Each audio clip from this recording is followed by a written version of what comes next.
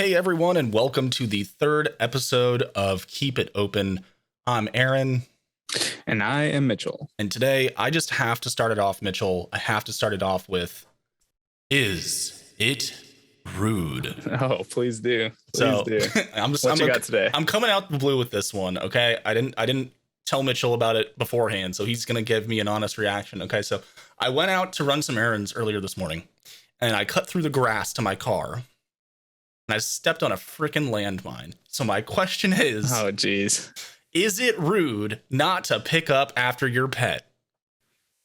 This one seems like a no-brainer. It does, but I have to ask because so many people seem to do it. Ask the question. So are they just accepting that they're rude?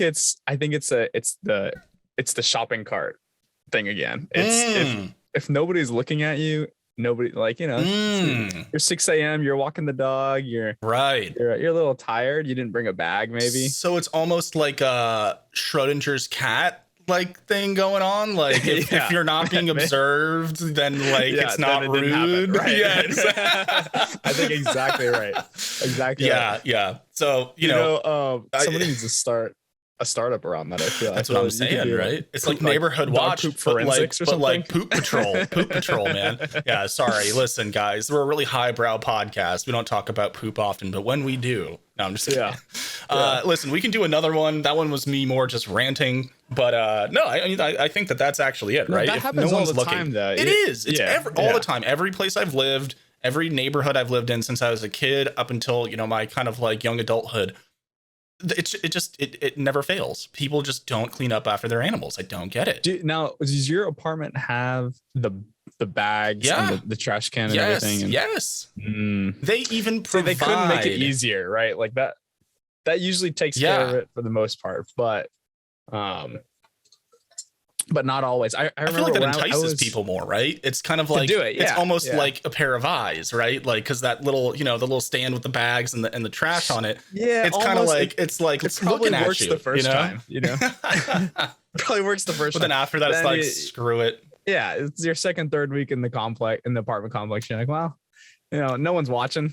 So I just wonder, okay, do you think that people are just? It's like, all right, no one's watching me. Screw it. I'm lazy. I don't want to do it. Or do you think that there's some people out there that are like, maliciously? You think that there's got to be one, right? I think if they're having a bad day, right? Let's say, you're a waiter or waitress, somebody doesn't tip you. Yeah. You're furious. Yeah. Hey, I've been there. Walking the dog, and you're like, man, that's a big dookie. I think I'm gonna leave it because the world's wronged me today, so I got to wrong. So you know what? Good luck with this one, guys. Yeah, dude, it is rampant. I was visiting some friends in Dallas. Actually, went to their apartment complex. And they have a lot of green space, just grassy area all around the complex. We were trying to find a place to play spike ball, which if you're not familiar with that, little fun game. You need a decent patch of grass to play. Yeah, of course.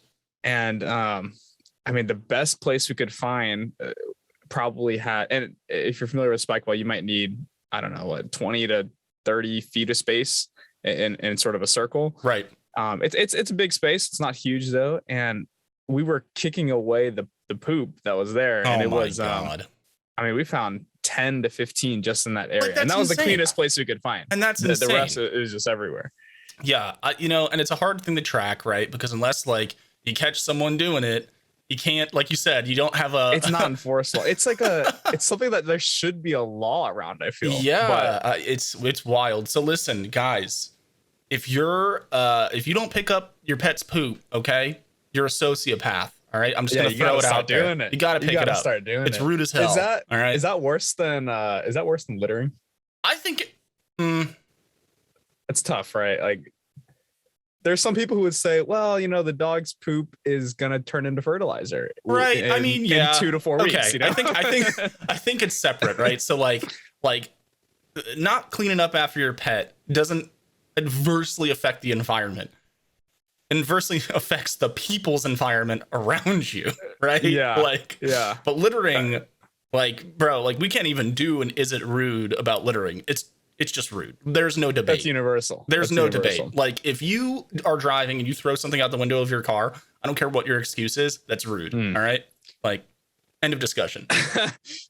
Okay. Have you thrown something out the window of your car? Is that what you're trying to tell me here, Mitchell? I don't. My mom would have my head. That's what I'm saying. Yeah, same. We've literally, my mom has sped and tailgated people all the way to their homes. to yell at them. Yeah. How rude it was that they threw out some trash. Yeah. Side note, I was talking to my buddy, and he was driving to QT by his place, quick trip to grab a snack on his way home from work, and he was behind a car, and you could see the QT on the left, right? And apparently they just threw a whole plastic bag full of trash out their window and then pulled into the QT. I don't get that. I don't either. Like, there's a trash can right there when you park at every QT. They have like 4 outside the building. It's all over the place. There's actually, it's more than that, because they have them in the lanes too, right? There's inside, outside, and in the pump lanes. So like, they have trash cans there too. So it's like, dude, that is just the. I think there's no shortage of gas stations in Austin, especially in Austin. He's in Dallas, but still, and it's like, that is the epitome of rude. So guys, if you're gonna take away anything from this podcast today, pick up your pet's shit and don't litter. Okay, all right. I'm just throwing it out there. I'm on one today. I'm on one. So the people who have dogs and don't clean up after them, are those the same people who, when they have kids, are they gonna raise bad kids? Oh man, do you think it transfers that far? I don't know, man. Yeah, does it permeate like the parental? I feel like they're good people who have dogs and they don't pick up after them, and they just maybe don't think about it.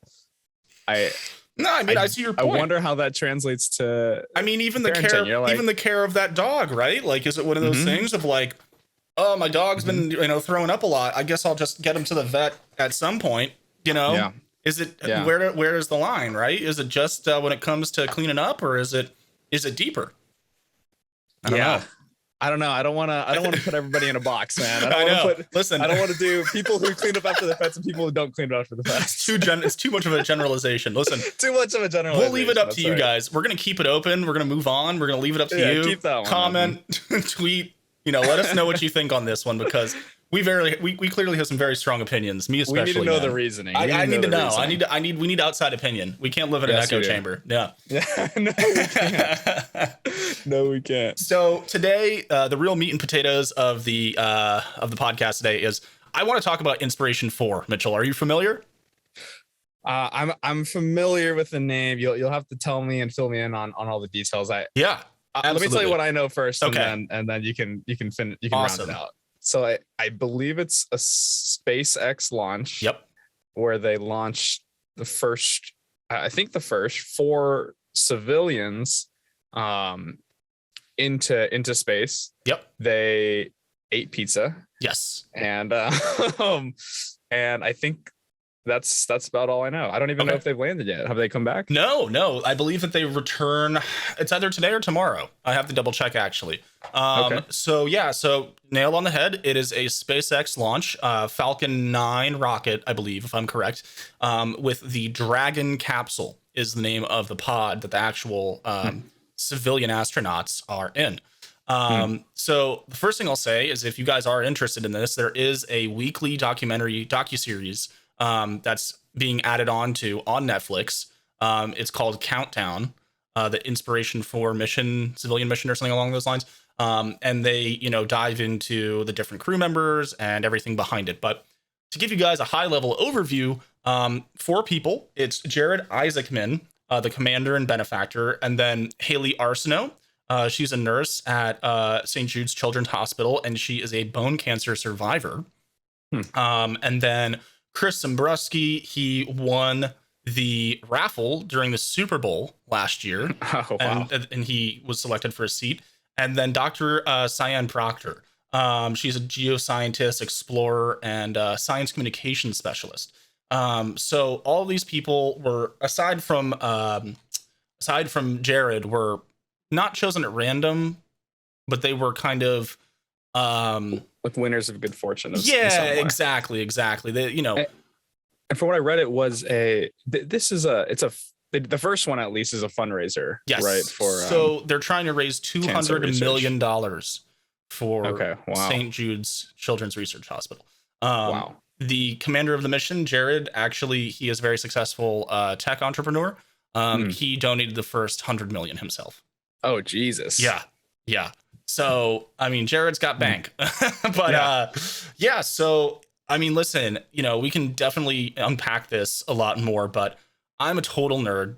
And what I want to do here is I want to show you the launch. So, Falcon. No, let's do it. I didn't get a chance to launch it. Yeah. So you see like the Falcon rocket, it's going to take off here. They've got the trajectory at the bottom of the screen, and that shows you the different stage separations of the engine and everything. And this is the part, I shit you not, I don't know if my roommate heard me, but right here, when the rocket separates, okay, right before this thruster came on, I shouted, "Punch it, Chewie!" And I just started cackling, and I threw my fist up in the air like a total nerd.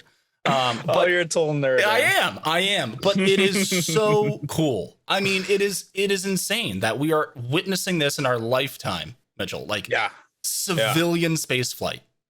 Right. And it's higher up in orbit than the International Space Station. They are really not just pushing the boundaries in terms of the crew and the technology that's being used, but the actual limits of how far we've gone. And so the implications here are it is crazy to go from NASA, which before even the 2000s, to land somebody on the moon. Yep. And then have that program sort of die. Yes. And I don't know a ton about it, right? But everyone assumes that as time goes on, things will just get better. Right. But I can't remember where I heard this, but like that idea is a fallacy, right? If you don't have the right people working on it, the right initiative behind it, if you don't have the money behind it, right? Like we didn't make I don't want to say we didn't make a single advancement, but we didn't make significant like strides, civilian advancement, right, for space. We shot up a lot of satellites, we shot up a lot of things for cell phones and internet and stuff like that, but to actually like move people around in space, we did not advance for the last, 10, 20 years. And then this progression now, and then other countries are on it too. It's pretty exciting, man. It is. I mean, the implications of it are massive. And again, like you said, right, like to actually see progress happening quickly now, with SpaceX's just amazing innovation into reusable rocketry. Obviously one of our favorite topics, Mr. Jeff Bezos and Blue Origin, Richard Branson and Virgin, taking him and some of his friends up into, above the atmosphere, and not a full space flight yet, Richard, but close. It's a high airplane ride, right? Yeah. But no, it's wild to think about, and kind of in the docu-series, they touch on it, how the billionaires are the people that are really pushing this industry forward. And I think it kind of ties back into, we talked about the power and the influence that these people have in the first episode. And I think this is one of the good things that we're seeing come from, the upper 1% of humanity, is they're putting the money and the people and the initiative behind these things to really show us results and show us that it is real and it's happening, man, it's just too hard to rally a government, a government institution or arm of the government, right? Like, that's taxpayer money to fund that. I don't know. Would you want your tax money to go to space travel? Dude, you can't ask me that. I'm a nerd. I will say yes every time. Yes. Every time. I think they're. I would say for myself, I think there are more important things on Earth for my life. On Earth. Elon. I'm never gonna go. I agree. I 100% agree. In the TV show, they interview Elon briefly, and they say is this really the best way for your money to be spent? There's so many problems on Earth. Like, should we really be looking to space now, or should we try to fix what's going on here? And he said, I think that 99% of all money should be devoted to Earth, and that leftover like 1% should be spent going to space. And realistically, which is like less than that right now. Only these couple large companies that are able to do it. Right. And it's wild. To think about all of the implications, both terrestrial and beyond. But truthfully, man, like this shit's wild. Like you brought up the whole they ate pizza in space. I don't know. Yeah, I only saw headlines, so I don't know much. Yeah, about I don't that. know if you saw the tweet in response, but Elon responded to that tweet and said, "Sorry, it was cold. The dragon will have a food warmer and free Wi-Fi next time." Smiley face. Oh my god, that's and funny. It's just it's almost just surreal. Yeah. Now, was that what kind of pizza was it? I think it was pepperoni. I think it was pepperoni. Was it from a chain or was it like a frozen thing? It's a frozen thing, or like it's like astronaut food. It's like probably, I don't know who actually catered it, but yeah, okay. I don't think they got a sponsorship deal from like Domino's or something. So that's what I was getting at. That could have been a massive marketing deal. That definitely, goes into kind of my next topic, right? Which is the privateering of space, right? The privateering of space. That is scary. That's what I'm saying, right? So like, that's a really good point because like, hey, that spaceship very well could have had a Domino's logo slapped on the side or an Apple logo or, Samsung or whatever, right? Like, or and it's not, I think it's not that scary with a flight like this, right? But what about when I don't know how many years out, I'd love to get your thoughts on it, but you know, when we land on the moon next, with a private institution, how long until that is we colonize the moon essentially, and luckily the U.S. seems to be at the forefront of this, but we do. But the idea of another space race is it's looming, I would say. I think it 100% is, and again, I think that it's looming in the private sector. It's not going to be a government space race. I think that the government needs to wake up a little bit. At least the American government needs to wake up. And I know they were involved in aspects of this mission, obviously, but they need to wake up and realize that like this is going to start to happen, and it's going to start to happen at a more rapid pace, primarily because of all of the success that SpaceX is having with these reusable rockets. We're not even talking at the scale of 5 or 10 years. The thing I read was, Blue Origin and I forget the other, Virgin Galactic are not at the same level of SpaceX. No. Right? But we're talking in a year though that they might be. Which is a relatively short amount of time. I would say who's to say what happens in 5 years. I would say in 5 years, I would not be surprised if we're sending, if SpaceX and Blue Origin are either partnered to do it because that is such a massive endeavor. Or if they're racing against each other to do it, to get up there and show to put a SpaceX flag next to stick the flag next to the white American flag, and then Bezos is over there screaming his lungs out because Elon beat him.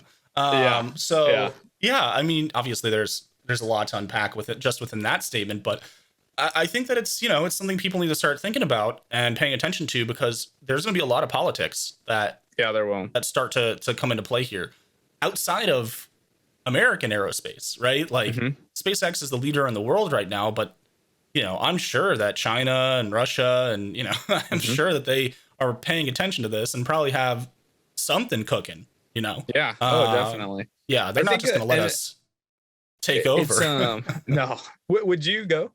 Oh, absolutely. Today, like if they called you up and said we're launching tomorrow? No, because you have to go through a lot of training, and I'm in horrible shape. Okay. So they need to give me they need to give me about a year. A year, really? Yeah.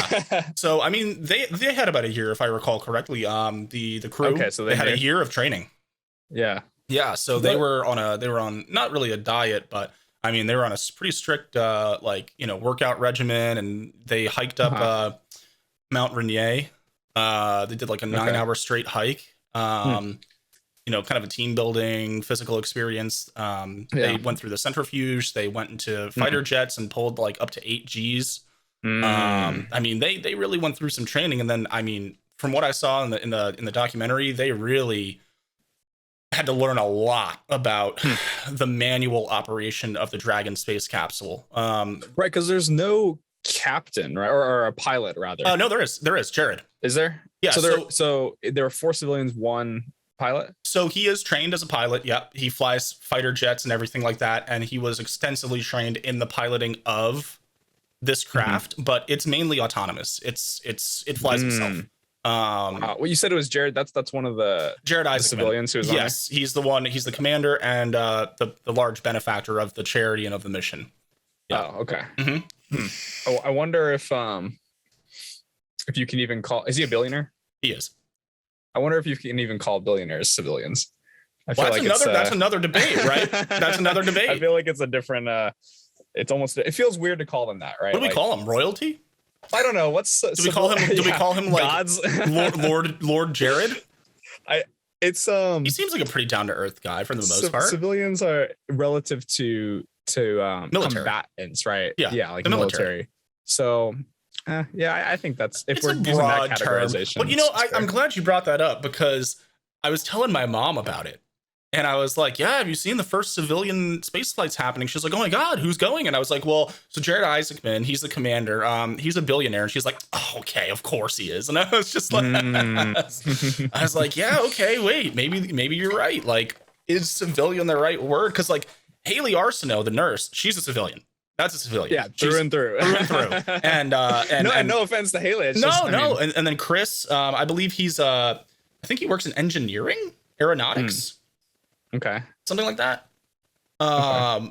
But he's always been really in love with space and all that stuff. So, but he's also a civilian, right? He works in the private sector. And then same with Dr. Cyan. She studies space and she's a geoscientist and stuff like that. Those are civilians. They're not ex-military pilots, trained astronauts that have that as a freaking job title, Right. Like, is an astronaut a civilian? No. Okay. No. Huh. Because what about a private astronaut? I think if you called an astronaut, so I don't think that after this, I don't think you can consider them like civilians anymore in a sense, right? Like if they've gone through that, they've gone through this training, they've gone through that. So now they're kind of like a step above, right? They're like not full fledged like enlisted or however I guess you want to say, but like they have that training now, they have that experience. I think that elevates you, right, in society. And I think they're only. Oh man, I can't remember the exact number. They're joining like under 30 people, I think, or something like that have actually been to outer space. I mean, it's a very small number. Only 30 people? And something like that. Let me see if I can find it real quick. But yeah, I mean, so I guess that's the question, right? Yeah, that is a feat. I don't think it makes them non-civilian. Well, I don't know. A government assigned and trained astronaut who's been up to space and goes multiple times, maybe. 24 people have traveled beyond low Earth orbit and either circled, orbited, or walked on the moon. So that, yeah, it is. It's below 30. It's below 30 people. I 24. That's worldwide. Yeah, including Russia. Yeah. Wow. So I think they brought it up to 28 now. Wow. They've traveled beyond low Earth orbit. That's huge. That's 4 out of 28 is happened in the last week. Yeah, that's what I'm saying. This is a monumentous thing. History. Yeah. And it's shocking to me how many people haven't heard about it. And they've done a huge press blast on all this stuff. Like, I mean, they're really pumping it to get the information out there. And I think they did a great job with the marketing strategy, which is they've been filming this documentary for over a year. And then they're going to continue updating the docuseries. I'm sure they're filming in space. I'm sure they got automatic cameras set up, right? Right. And they're going to cut it together when it comes back. And they're going to give us more episodes, time in space, post-launch, catch up maybe a few months down the road or next steps or whatever. But I mean, it's brilliant the way that they've kind of done a ground surge of awareness. I have an anecdote about that. Okay. So I was looking it up last night because we were talking about it a little bit. Yeah. You and I. Yeah. And so I was watching the Netflix sort of trailer. I think they call it a trailer, which is kind of interesting. Yeah. And it kind of teased at the setup and everything, and it showed a little bit about the training and stuff. Anyway, that's besides the point, because in the recommended there was a live video going on, and I'll actually give the punchline away early that I almost got scammed, basically. And so this video, oh my God, it looks so legit. Like, these scams have gotten elaborate because it was a live video of Elon Musk and the Tesla team, I believe, not the SpaceX team, first of all. So that should have been an indicator. But it's on YouTube? This is on YouTube. Yeah, so it's live. The channel is called SpaceX. Space, the word space, there's an actual space, then the letter X. So I was like, okay, that looks kind of funny, but you know what? I'm just gonna watch this for a little while. Okay. And in the video, right? So it's a live video. They've got a little banner below that says, Elon Musk wants to forward the adoption of cryptocurrency. I'm like, oh, okay, no. that's interesting. I mean, I'm not on social media much. Like, whatever. So they're like, go to this website and be part of it. So I was like, okay, well, let me go check it out. so I'm there, and I'm in my headphones. I've got Elon speaking to me in my head about Tesla. Right, he's talking about the future of it and everything. I'm like, okay, well, this seems legit. And you're like, yeah, talk to me, Elon. Let's hear it. Talk to me. And they've got like their vice president of product and everything there too. So they're talking about where Tesla's going and everything. And I'm like, okay, well, it's weird that it's coming from the SpaceX channel. And so I went to the website, and it looked pretty clean, to be honest, the website. And it said, we want to give away, or Elon Musk wants to give away cryptocurrency to forward the adoption. And I'm like, okay, great. So Mitchell, I know this is sounding pretty stupid now that I'm saying it out loud, but in the moment you were locked in. Yeah, you were like, oh man, Elon wants to give me crypto. What? And I just watched the SpaceX documentary. So you were fired up. Yeah. And it said if you transfer Ethereum or Bitcoin to us, to the entity, they will either double or triple the amount back to you. Oh my god! And so that's when you realized. And that's when I was like that you were getting skamazed. I was getting skamazed, and I was like, I better get off this site before they freaking hack my computer. Oh yeah, 100%, man. No, it's real. It's real. I keep getting these spam text messages. People pretending to be AT&T, my phone provider, saying that thanks for your bill payment. Here's a link to claim your prize for this month's raffle. They text me like 5 times a week. And I'm just like, 5 times a week. Yeah, it's a lot. It's kind of crazy. I don't get that many. I block all the numbers when they come through, but it's just like, the scammers are out there, man. The scammers are out there. They're getting elaborate, man. I will say they really are. They're getting elaborate. Yeah. No, absolutely. Anyway, where were we? Don't fall for that scam, everybody. Please don't, guys. Elon, if they ask you to transfer. Elon is not trying to get you to buy crypto. Okay, he's just a human being who has opinions. All right, don't fall for it. Also, I will say that there were about 10,000 people watching that live. That's stream. Terrible. That's actually, and so that's such a debate. And I think it was a video from the past. I don't even think it was live, right? And so I was like, man, this looks kind of legit, I guess. So yeah. That's what kind of drew me in. Yeah. So I kind of want to circle back to the conversation about. Yeah, let's circle back. No, you're good. I want to talk about the conversation about, are billionaires civilians?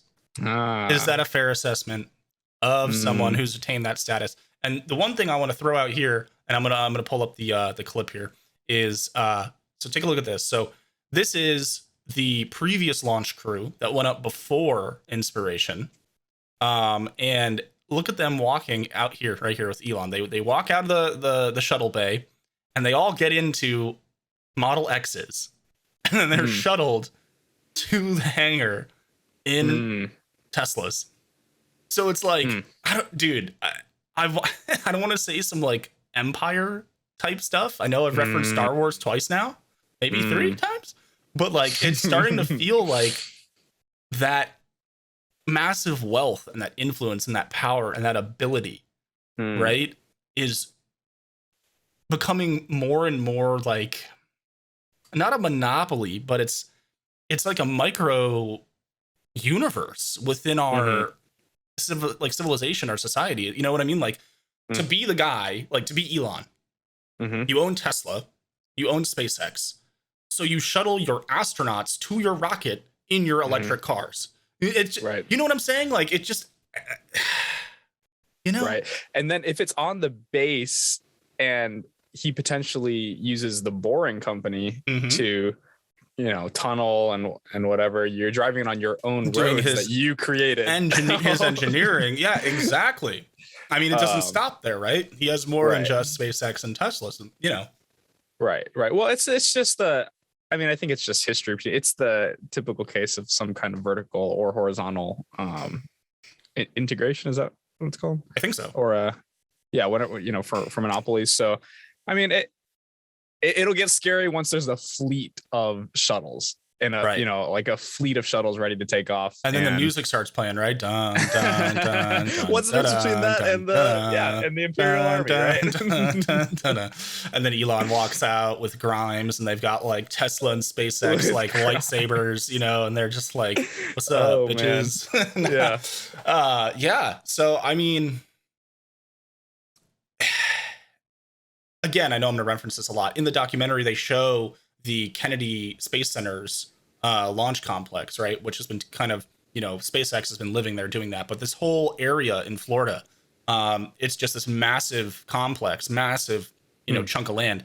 And Blue Origin's there, SpaceX is there, NASA's there, Virgin's there. There's a bunch of different companies there, and they have these giant headquarters on the this Kennedy site. Space. Is that where we launched stuff back during the space race? Yeah, I believe so. If I'm not mistaken, I'm also pretty sure that Houston. What was it, Columbia? Okay. The tragedy of Columbia spacecraft. Yeah, Columbia burned up in orbit, I believe, or was Columbia the one that disintegrated coming back down? Well, yeah. So Kennedy Space Center, has some really massive achievements and some really spectacular tragedies under its belt. But again, I mean, when you're sending people up through the Earth's atmosphere at breakneck speeds, on a giant explosive phallic shaped object, combusting engine, I mean, hey, look, it's the best physics wise, man. Can go wrong, you know what I mean? Like, yeah. So, but no, I guess bringing it back again, can we really classify people in that range of wealth and influence and power, and with their ability to achieve such monumentous things, can you really classify them as a civilian? What would you classify them as? I as a probably a billionaire, but hold on, I'm gonna Google the word civilian. Okay. A person not in the armed services or the police force. Okay. Adjective is of, denoting, or relating to a person not belonging to the armed services or police.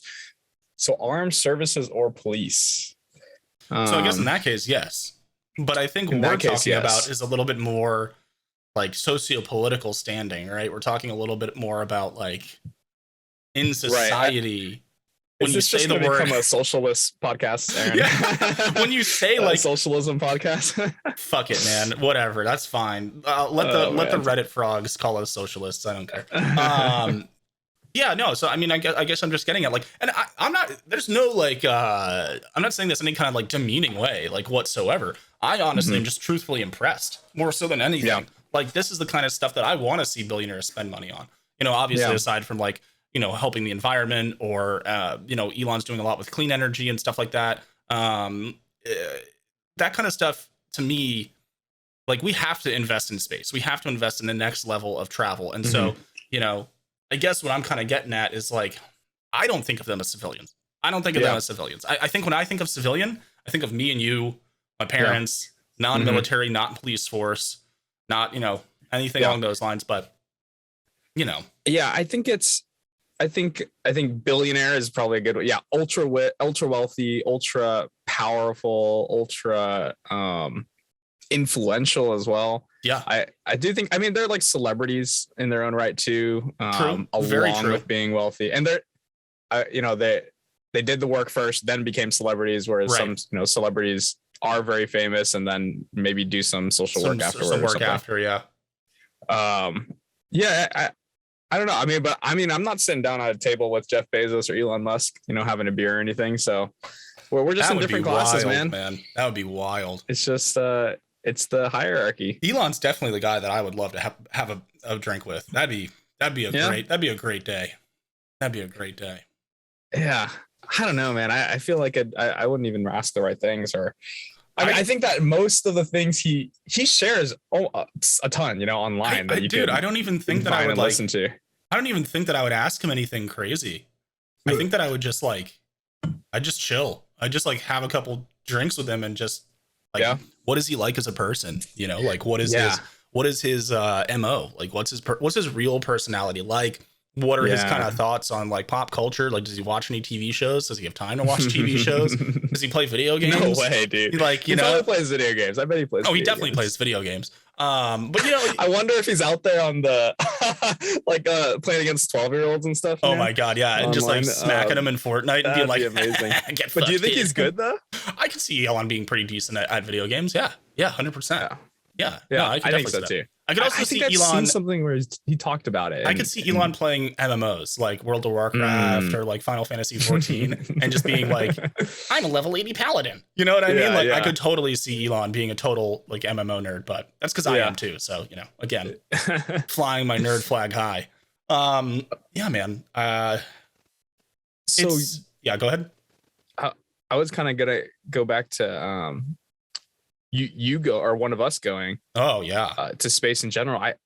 I think that I would need like thousands of these things to go up first, maybe tens of thousands of I really want to know that nothing's gonna happen. How many? Yeah, exactly. So the one that burned up, like that, for example. There are only, how many things have we shot up into space? No, it's true. It's true. On the order of hundreds. That's right? That's true. We're talking a couple out of every 100. Yeah. Okay, with people. Yeah. No, I mean, we shot a ton of shit into space, like not manned by human beings. Right. Unmanned. Yeah.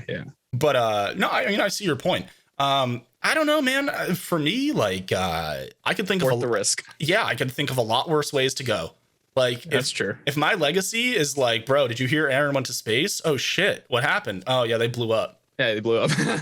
That's kind of badass. You know what I mean? Like, R.I.P. my boy. Like, he's he's all the way up there, man. Like, I guess you really want to see it too, dude. I want to see it. I want to see it so bad. I want to have that existential crisis, looking out the window of the spaceship. Marble. I want to look at the blue marble, and I want to have my consciousness widened that way. I want to really look back at our existence and our civilization.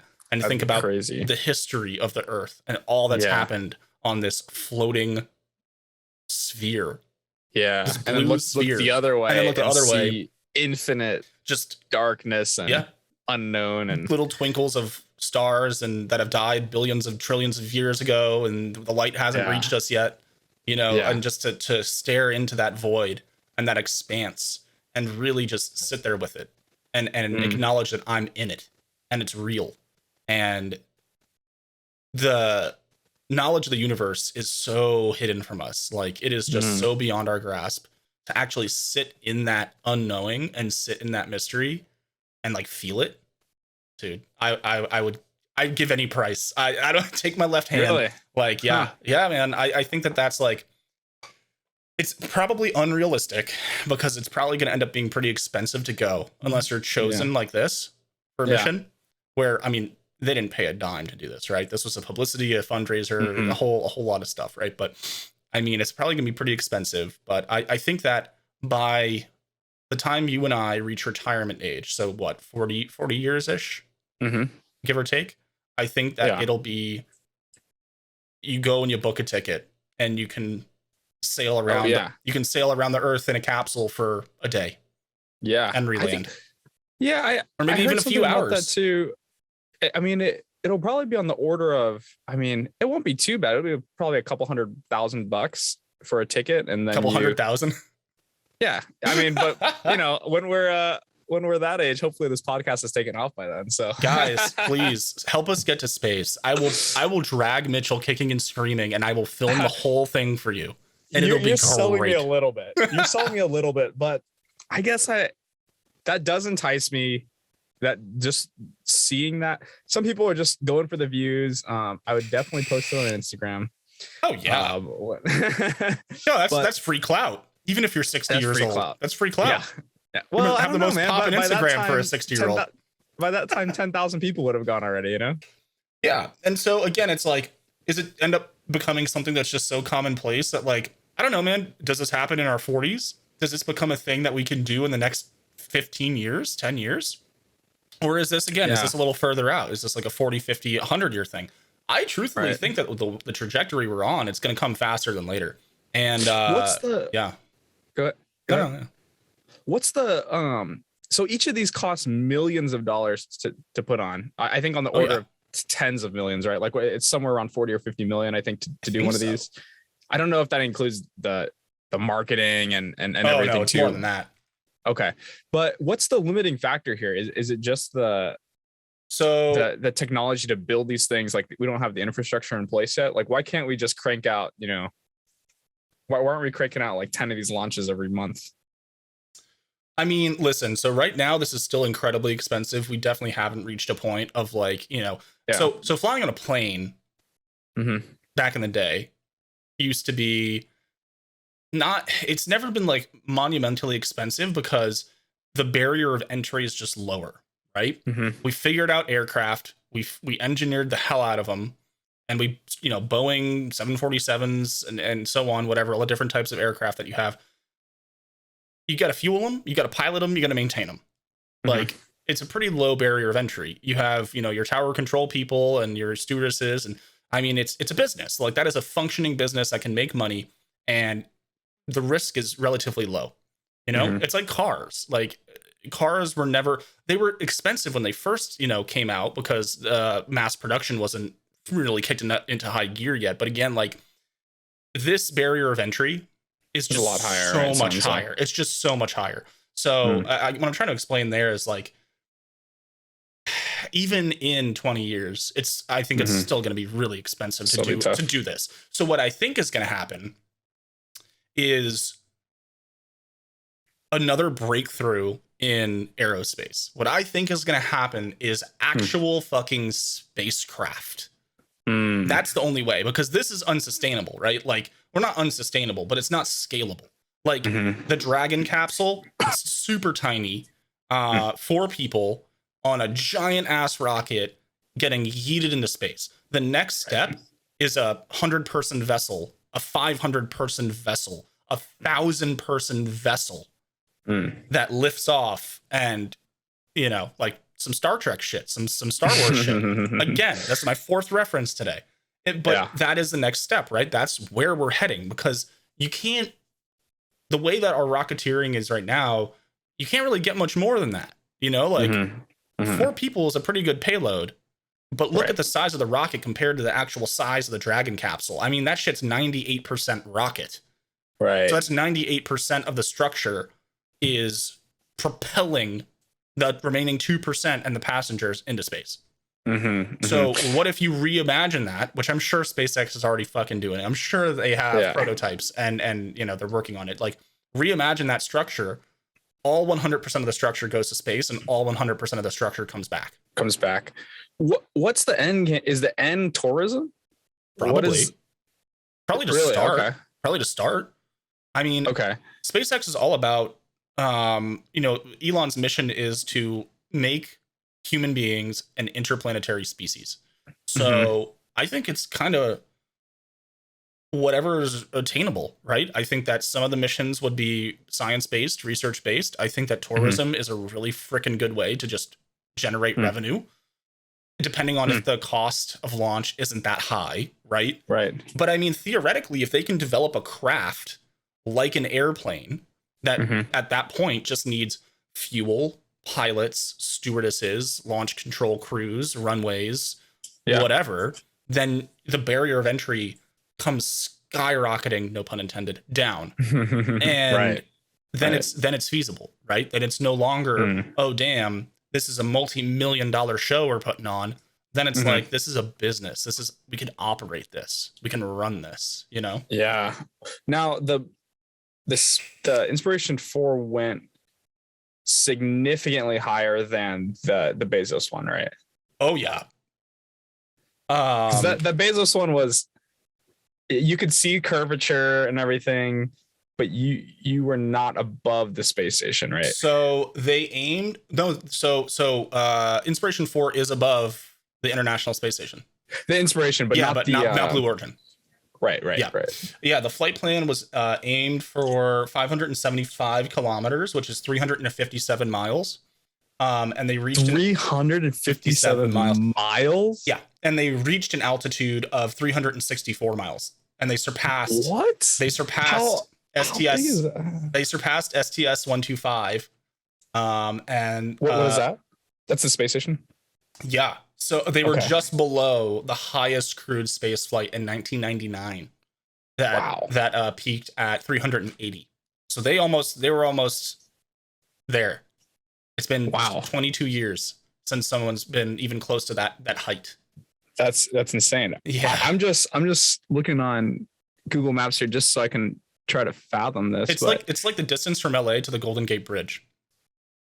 See, you got to put it into Texas terms for me here. I don't know what that means either. Okay, so even sorry, I lived in LA for a little bit. Houston to Dallas is that I know that drive well. I've done that many times, and that is 239 miles. So it's longer than that. It's significantly longer than that. Yeah, and that takes 4 hours by car, roughly, and that's a huge distance. That's insane. It's insane. It's insane. And also beyond that, I mean, insane. Just imagine it, right? Like you're orbiting space for 3 days. I don't know if I mentioned that earlier, guys. I know we mentioned that they haven't returned yet, but nothing bad happened so far. So yeah, they just never made it back. they're just floating. So they're still there. Fingers crossed. Truthfully, I have full confidence. The launch was beautiful. It was a spectacle to behold. Like truthfully, I mean, you guys have seen some of the footage here, and I highly recommend go watch the documentary. Go watch the whole broadcast from the launch. It's really just it's history in the making. But so they're going to be coming back soon, and the mission was 3 days in space. So they are orbiting Earth at 17,000 miles per hour, if I'm not mistaken. 17,000. It's something like that. Let me see here. Let me get the exact number because it's pretty freaking wild. Where are we at? Here's the website. Let me see here. I just saw it. Where'd it go? I literally just saw it.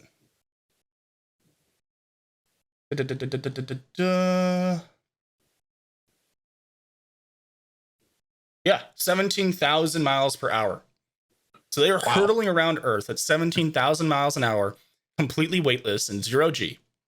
Wow. Now, also the thing to remember too is that in 0G, there's no up, there's no down, there's no left, there's no right because there's no gravity. So you therefore have no actual orientation. Man, I want to experience that so bad. I want to know what that's like because that's another thing, right? That's another way that you break your perception of reality because we are so constrained, right? Like our bodies are hardware and our brains are software. And then you throw yourself into 0G, and I feel like it's a software upgrade. It breaks your formula, and you're like, wait a second. I also hate to break it to you, Aaron, but a lot of the astronauts say it's just like being underwater. So that I could see that. I feel like that gets you pretty close. That'll get you probably like I know they do a lot of they do a lot of training underwater and stuff like that. But think about it again, though. I mean, but I feel like it's still a different sensation, right? Because you're not underwater. You're just you're in the world, but you're not tied down. Because like I think to be able to see the things around you too, relative to water kind of floating around. If you're drinking water or whatever, you could like put the droplets into the food. Yeah, it's pretty insane. So we've seen mind bending, right? And like we've watched videos of it. We've watched movies that try to recreate it. Both documentaries and fantasy. Hollywood stuff. But I think truly experiencing that is just mind bending. And I think you go on a mission like this, you're coming back a completely changed person. I can't wait to see their take on this, but I mean, it's just. Do you think they'll? How do you think they'll change? Do you think they'll be jackasses when they come back? Just total assholes. Like they go to the grocery store and people are asking for autographs, and they're like, get away from me! I'm an astronaut. Yeah, please, I've been to space. I think they got a really great crew. Or they're just doing a really good job with the PR. But from what I've seen, the crew seems really down to earth, humbled, honored. You have to be humbled when you come back from something like that, right? Yeah, and when you're chosen to go on this, I mean, for free. I mean, dude. Right. So NASA said that they would, or it's based on estimates that they'd be paying SpaceX to take the NASA astronauts to the ISS, ISS, about Crew Dragon.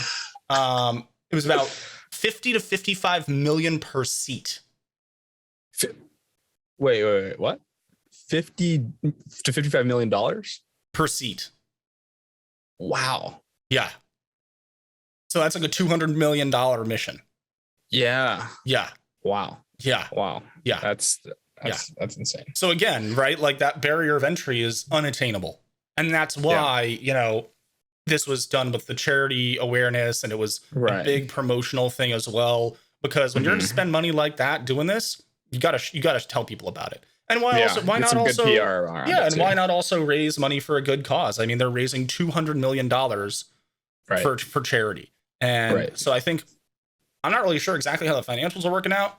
I think SpaceX basically they're taking the hit. They're taking the hit, and then the 200 million are going to the 200 million is going to go to St. Jude's, which is great. Right. I think that's amazing. And again, like, the story, again, they dive into the stories of the astronauts a little more in the doc, but Haley Arsenault, the nurse, she's 28, I believe, 29. She's the youngest on the crew. Wow. But she's a bone cancer survivor. Like I said, she has an implant, a prosthetic in one of her legs. I saw that. And so, I mean, she's the youngest woman.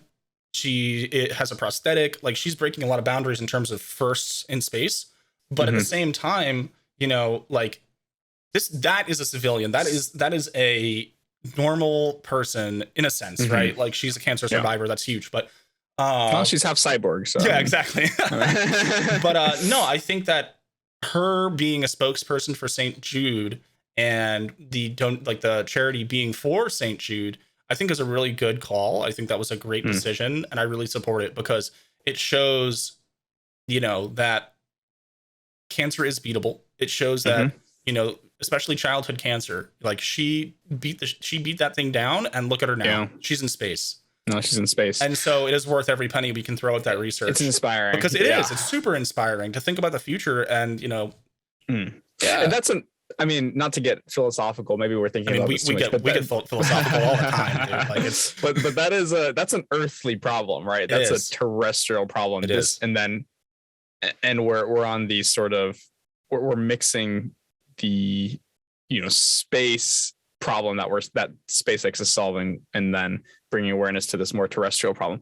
I think they've done it. That was brilliant. I mean, they had a test with people anyway, right? Like and so this test, it's brilliant. I mean, they not only raised money for charity, they gave incredible PR for SpaceX. Oh yeah. They raised a lot of money. They're probably getting more funding as a company because of this from different entities and stuff. It's pretty brilliant.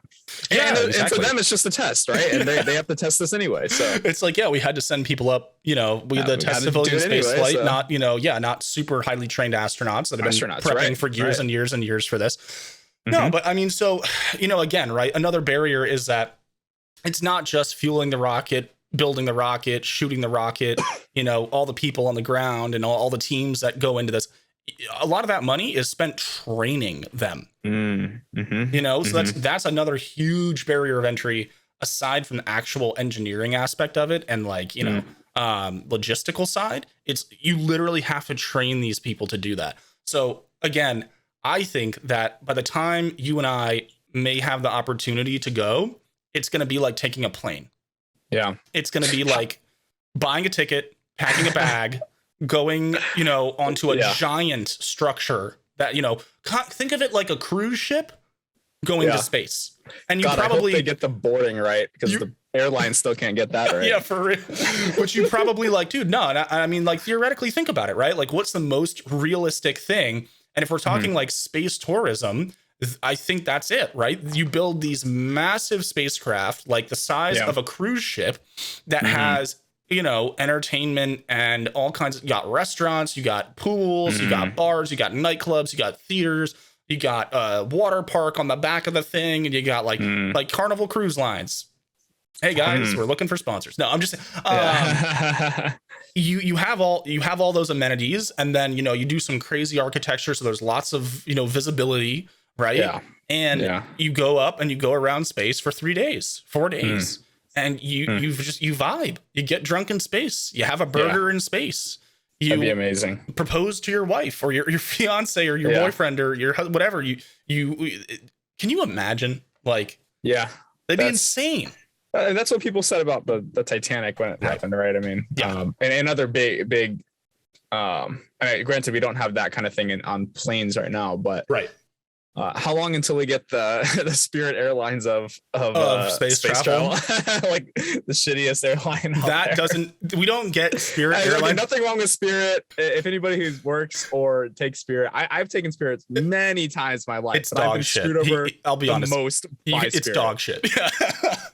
We'll just say, I will say, I'm not in going the to number of apologize. times I've taken Spirit, about 50% of my flights have been canceled or rescheduled, or I've been stuck in a place for like an extra day, sometimes 3 days. That's why I just spend the money and go like United or something. Because I haven't taken it in a while because I'm it's not really worth. inconvenient, right? You save money, but then it's just inconvenienced out the ass. But no, so to your point, I mean, I think we don't reach that until sub-tier space travel. Sub-tier space travel until we're not interplanetary, but like maybe we have a colony on the moon, and then there's like a research part of the colony. There's like a tourism part of the colony.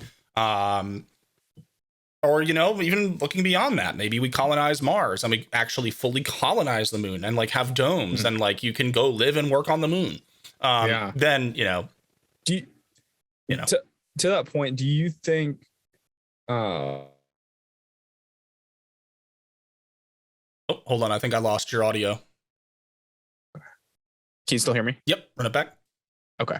Do you think that the moon, Mars, any other planet for that matter, should be a first come, first serve kind of colonial, almost imperialism? Yeah, I know we touched on that. I know we touched on that in the previous podcast. I don't really know how it's going to play out. I know we joke about it, right? Like, you know, it's the race between like Elon and Jeffrey and who's going to slap the flag down next to the American flag. I don't really think that's how it's going to go. But again, like we don't really have, I mean, if we do, like, I don't know, but I don't know if the UN, United Nations or something like that, a global government has any protocol for that or has any laws surrounding it. I don't know if that exists yet. No, I don't think so. If it doesn't, I think they need to get on it. Because they'll make. I mean, it's just like the sea, right? Like who owns the international waters? Exactly. And stuff like that. I mean, I think it's going to fall kind of in a similar like maritime law type thing for now, at least maybe. But I mean, until you start building a base there. Until you realize, oh, cool, I can shuttle like a ton of rockets up there over the next year with people and materials, and I can build a home base up there. Right. Then you'll have the laggards will have to colonize the dark side of the moon. Exactly. Yeah. So the billionaires go on the good side, and all of us go on the perpetual darkess and become like we need to bring our own lights. Become like moon vampires, and then dude. I think the governments need to get involved in that conversation because again, like, what does that even look like, right? Like, what does it look like if SpaceX goes to the moon, slaps down a flag, or just like claims a territory of the moon and says, well, this is we're gonna build a factory here and a research base. Who can actually do anything about it? Like, does the US send up like rockets of armed men to like go to SpaceX and be like, you're breaking the law? Probably not. Right. They're not. And that brings up a good point of once you're there, you're beyond. It's lawless, right? I mean, it's the new Wild West. Blow up the moon if you wanted to. Yeah, and then you might have some terrestrial consequences. You know, you might find yourself in a jail if they can catch you. But I mean, they can't extradite you. They can't extradite you if you're not on Earth. I'm just saying, it's a big brain play. You break the law that bad, just hop on your rocket, go to the moon. But I mean, we're obviously going to the extreme here, but it is interesting. I mean, can you just start mining anything you want there and you know, changing that landscape forever? I mean, that's the questions, right? Those are the questions. Yeah. And I mean, I feel wild. I feel like there has to be some kind of law around that now. I mean, we've sent missions to Mars, we've sent missions to the moon with rovers and stuff like that. Obviously, no people have gone up in quite a long time, but even that philosophically, like we've forever. I mean, granted, I know that Mars has, you know, atmosphere and does it have storms there? I believe they do. Okay, I think so too. I mean, but we have rover tracks there. We've impacted the landscape. We've taken rocks. Yep. Right. We've moved shit around. The United States specifically, right? Like, yep. We've impacted it. Yep. It's such a small scale, I guess. most people would say it doesn't even matter. But Yeah. but when you get to, moon base type Yeah. conversations, which is, like you said, is not too far away. It's not too far away. We might about in our lifetimes. We might see it in our lifetime. Again, it's one of those things like, is it going to be sooner than later? Maybe. Is it going to be the edge? I don't know if we'll see. My thought, this is total guessing, because who knows how long we live, and, who knows and what how kind fast of things progress. What kind of great people might be born in, and come up with something, or, what discoveries could be made that change the whole game. I feel like domes and stuff like that. It would probably look more like, not quite a dome, but like little hallways going places. And listen, if you haven't played the game Surviving Mars, I think it's going to look a lot like that. I have not, but there are these domes, and then you build skyscrapers and stuff's inside of them, and then there's like tubes that connect the domes together, and then there's like shuttles, which are like small flying ships that can fly you from like one to the other if they're super far away, because it's a very spread out big expanse. But they're all kind of like self-contained ecosystems. I mean, there are theories, and I've seen blueprints. Like, I think they show a clip of it in the documentary about Inspiration4, that SpaceX has like plans, for colonization, like bases. I mean, if that's less than 50 years away, I mean, that's a real problem that we should. I think it needs to be addressed, right? We got to figure out like, what are the ground rules? So I think the other thing this brings to mind for me, and I think a lot of people might feel the same way, is I really hope that we can learn from our mistakes on Earth in terms of how we interact with the environment. Fat chance, dude. I know. I agree with you. It's there for the taking. Yeah, people are going to be greedy. That as much as we can. Oh yeah, people are going to be greedy. They're going to go right at it. I think the only person that might not is SpaceX. I think that Elon would be the voice of, let's make sure that we're not overstepping, the environment here, right? And not holistic. Yeah, and again, like, the moon is a rock, whereas Mars is a little bit more of an alive planet, but neither are anything close to what Earth has, right? Earth is abundant with life. But look what we've done to Earth. I mean, we're in an era now where we're seeing the consequences of our actions. And, I think it's a cautionary tale, right? Like, if we go to Mars and just strip it clean of all resources and treat it like it's not a living thing, then what happens when we find, or we can make it to, I know we found some that look like they're promising, but when we can make it to another Earth-like planet, what do we do when we get to that? Do we just rinse, repeat, and do the whole thing over and be a civilization that sucks the planet dry and moves on? And then I think there's an argument on both sides, because when you look at tier 3 civilizations, when you look at like the theories around that kind of stuff, that's how they exist. Like, a intergalactic spacefaring civilization probably lives in a supermassive space structure that can travel, and they get to planets, they harvest them of resources that they need for, basic things, food, power. I mean, you probably, who knows if you even need freaking food? You probably just need energy. So you probably just need matter. But again, we're getting way out there in the theories, but this is the stuff I like to read about and watch and think about. And so, what kind of spacefaring civilization are we? What do we become? Are we, like I said, just we zoom up to a planet, harvest it of all of its resources, suck it dry, leave it to die, and move to the next one? Or do we colonize and plant and become part of that planet? But really become interplanetary, not intergalactic. Man, that's a lot to think about. I almost my mind like almost immediately, for some, maybe it's just my closed-mindedness, and I think I have a pretty open mind, actually. I think so. But I immediately just like go close that door and look to sort of virtual reality life here on Earth. Like, right.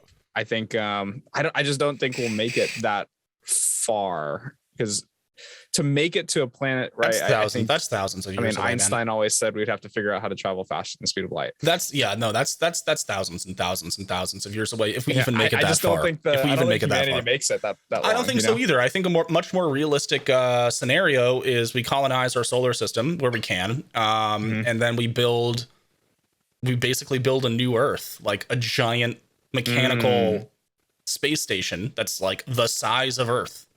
Or we build like multiple rings like in, there's all kinds of movies like and video games like Halo. Yeah. We build the space rings. There's, I think, what's that one called, Elysium or some shit? But Elysium, yeah. We construct alternatives to Earth because, dude, eventually Earth is gonna die, and not for a long time, but how long does it sustain human life before clean water is a resource that is scarce, right? Like the minute that becomes a thing, then life on Earth becomes way less comfy cozy. You know what I mean? Yeah. Like gasoline going up in price. Okay, don't drive your car as much. Drive an electric car, solar power. There's options, wind power. But the minute that clean water becomes, scarce, then things immediately change. So, and that we can go down a dystopian theory with that. We can go down like a utopian theory with that. Yeah. There's probably a reality somewhere in the middle there. But I mean, those are the things that I think I agree with you. I don't think that us getting to another planet that's like Earth is even possible with our technology or our trajectory of technology. Right. It's just, that's so far off. Right. I don't even think it's far off. I just think it's impossible. It's impossible. You have to. I just think we that currently I don't have that to much say it's faith impossible. in humanity, I would say. I don't either. No, I don't either. I don't either. I think that we, clean water. I mean, maybe we figure out a way, simple form of desalination, right? And then we plug people into the matrix, and all they need is an ounce of water every day. Yeah, and then you give them that, and I mean, hey, listen, maybe we save this one for the next episode because I joke about that one. No, let's do virtual reality next time, guys. Let's do that because let's keep that one open till next time because I really want to talk about that with you because, man, I talk about that with my gamer friends all the time, my homies, and like it's coming. It's coming. Yeah, I'm just gonna leave it there. It's coming. I think if you're not a gamer, which I don't game a ton, but when you see the level of immersiveness VR has the ability to do right now, and we're such in an infancy right now. Oh yeah, but it's still brand new. Even just like a MMO video game. Yep. Online, right? Like, I mean, you're looking at one screen. Yep. You're in that for several hours, right? And you more than several, brother. All day, every day. At a time. Right. On and off, all day, every day. It's an incredibly immersive experience that. It doesn't need to be a Matrix style thing where you're like neural linked to a. No, but I'll tell you right now, people would opt for that. Right. If I could portal my consciousness, to have no lag. Verizon, no lag. No, if I had the option, again, like space travel, if I had the option to jack into my video games and like experience them really like through the eyes of the character and look around and see what I see, bro. I mean, some of these games, dude, like that would just be like, again, another existential moment where you're living in a fantasy. We're going into it, but like fantasy world. Yeah. I want to talk about that one next. I want to talk about that one next because I think there's a lot of really interesting things that also kind of tie back to about what we're talking to here and where, humanity can go and what direction is it really poised to go, right? Like we have all these ideas, kind of to sum things up, I guess today is like, we've been pontificating about, getting to the moon and getting to Mars and colonizing and the future of space travel. And, will it one day be so easy in the sense it's like flying on a plane? You buy a ticket, you show up to the terminal, you load on, and then you're, off to the races for 3 days on your Carnival Cruise Line spacecraft. Like, is that where we're going? Or are we going towards more of a, plug in and disconnect reality? Yeah. Where the gap between the rich and the middle class and the poor just widens and widens and widens. And, people just decide to disappear from reality, which we already do in our own ways now. Right. So we're close. Well, Aaron, would you say we would have to keep that one open? I think we're going to have to keep that open. I think we're keeping it open.